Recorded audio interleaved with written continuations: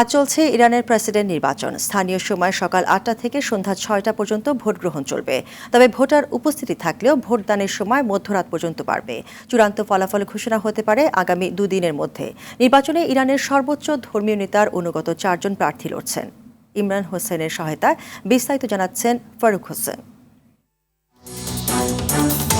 ক্ষমতাসীন প্রেসিডেন্টের ৪ বছরের মেয়াদ শেষে ইরানে আগামী বছরের জুনে প্রেসিডেন্ট নির্বাচনের ভোট হওয়ার কথা থাকলেও চলতি বছর ১৯শে মে ইরানের প্রেসিডেন্ট ইব্রাহিম রাইসি হেলিকপ্টার বিধ্বস্ত হয়ে নিহত হওয়ায় শূন্য হয়ে পড়ে প্রেসিডেন্টের পদ। এ পরিস্থিতিতে আগাম নির্বাচনের মাধ্যমে আজ নিজেদের প্রেসিডেন্ট বেছে নিচ্ছেন ইরানিরা।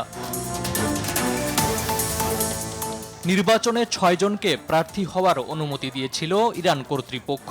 পরে ২ জন প্রার্থিতা প্রত্যাহার করে নেওয়ায় প্রতিদ্বন্দ্বিতা হচ্ছে মূলত ৪ জনের মধ্যে। তারা হলেন পার্লামেন্ট স্পিকার মোহাম্মদ বাঘের গালিবাব, আইন প্রণেতা মাসুদ পেজেশকিয়ান, জ্যেষ্ঠ নিরাপত্তা কর্মকর্তা সাইদ জালিলি এবং নিরাপত্তা কর্মকর্তা মোস্তফা পুর মোহাম্মদী।